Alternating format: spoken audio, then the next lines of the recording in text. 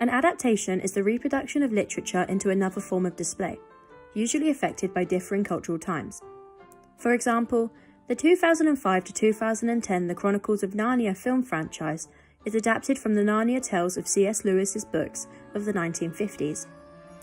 A remake is a form of entertainment that reimagines or replicates an earlier production in the same medium. For example, the Beauty and the Beast film release in 2017 is a remake of the earlier 1991 classic. There is a question as to whether the common method of storytelling via recycling the same material over and over again is unimaginative, or whether there is creativity to this formula. This essay will delve into originality, viewing perspectives, adaptation intentions, and nostalgia with references to Winnie the Pooh and Scooby-Doo. Written by A. Milne, Winnie the Pooh was released as a book in 1926 and has had many adaptations since. The most famous being Disney's with 4 films and 10 TV series. Scooby-Doo was first released as a TV show for Hanna-Barbera Productions and has since had 13 TV series and 5 theatrical feature films courtesy of Warner Bros. Animation and Warner Bros. Pictures. To begin, an adaptation may appear to lack creativity due to its lack of originality. Perhaps due to unsophisticated thinking and the benefits of being backed by a built-in audience, adapting an already successful media with a pre-made template of a known story is a much easier road to success and profit than creating an original story unaware of how an audience will take to it. Christopher Booker's structuralist approach somewhat defends why it is so easy to fall into making adaptations rather than original content. Booker distills all of storytelling to 7 basic plots, otherwise known as archetypes. These are overcoming the monster, rags to riches, the quest, voyage and return, comedy, tragedy, and rebirth. Booker states these archetypes are notably recurrent across human experiences and create a sense of familiarity for audiences. However, this means due to humankind being limited in their resources of the world, it has led to a culture of resharing the same stories of the same structure over and over. Thus, adaptations can appear to lack creativity. By default, does this mean originals cannot be seen as creative either, as a story will always follow the 7 archetypes formula? Winnie the Pooh and Scooby-Doo follow the quest archetype, but different adaptations differ in originality. Disney's 2011 film Winnie the Pooh reflects the same narrative of the 1925 original book, sharing a wholesome story of Pooh and his friends going on a quest together and working as a team. Although this film was successful, grossing $50.1 million worldwide and achieving a score of 90% on Rotten Tomatoes, the film still lacks originality as it is merely a remake of Eeyore's Telltale from the TV show The New Adventures of Winnie the Pooh of 1989, articulating a lack of creativity. We'll have a contest to find a new tale for Eeyore. The 1969's original TV series Scooby-Doo Where Are You's adaptation Scooby-Doo contrasts that adaptations lack originality. By using original story elements but splitting the characters up at the beginning of the story, the well-known group dynamic had been broken, but added newness and intrigue, giving the adaptation a slightly darker tone while still providing safe scares for the younger audience. This articulates adaptations can be creative in including new original elements to a pre-made story, while still doing justice to the original.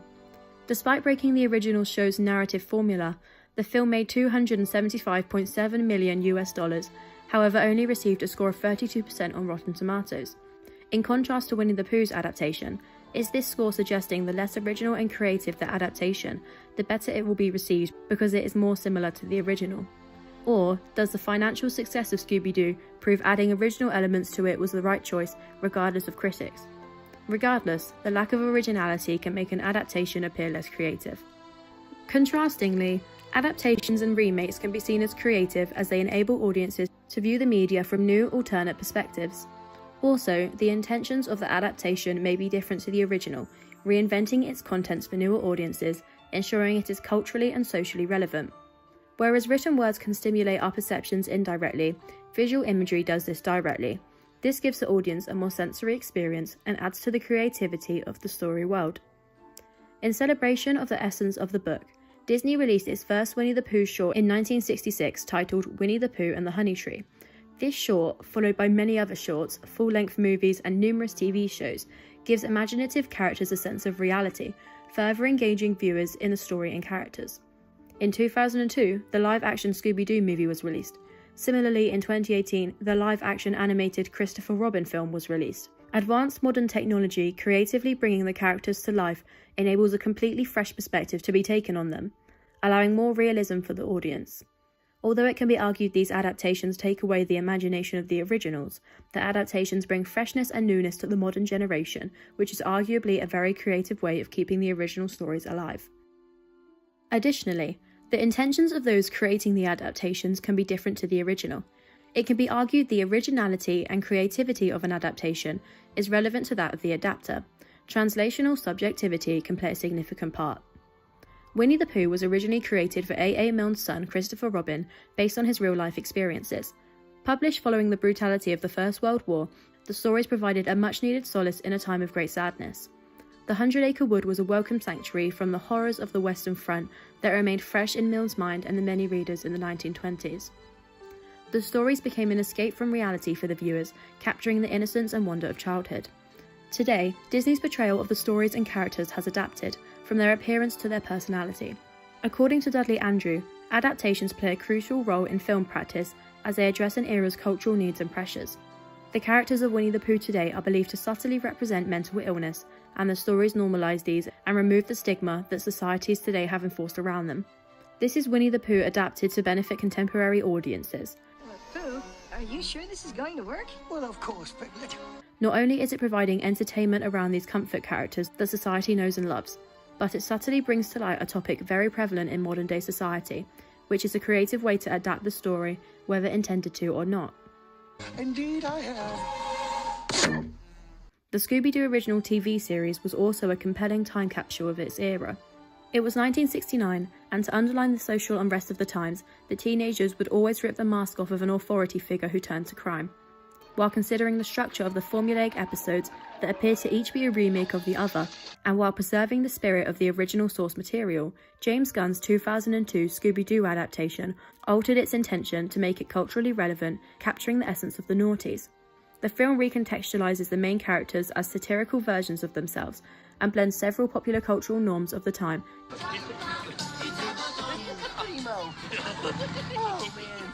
Talk about toasted. Creatively adapting the Scooby-Doo's intention for the newer audience to show not simply the five just solving a mystery, but the setting signifies what youth got up to during the noughties, demonstrating adaptations can be creative and imaginative.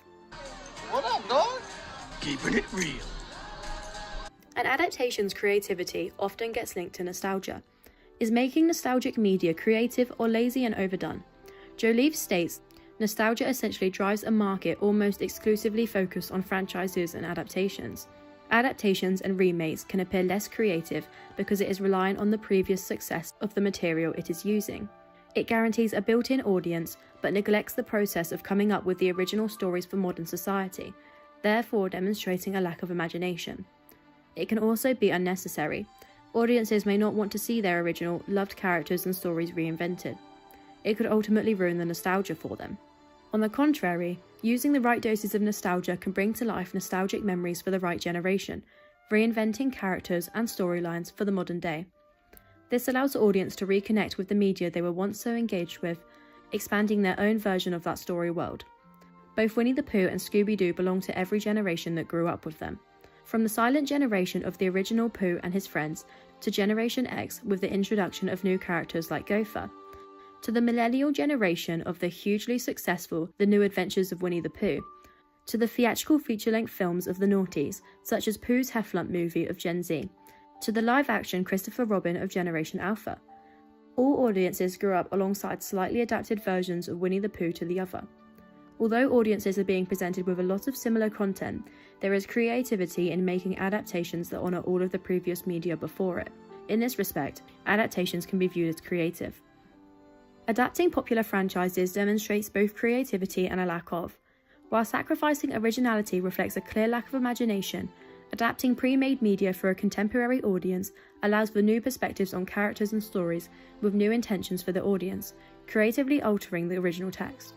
The view on an adaptation's creativity is dependent on perspectives such as generation and culture. Therefore, adaptations and remakes are not simply creative or not. They can be viewed as not, either, or both.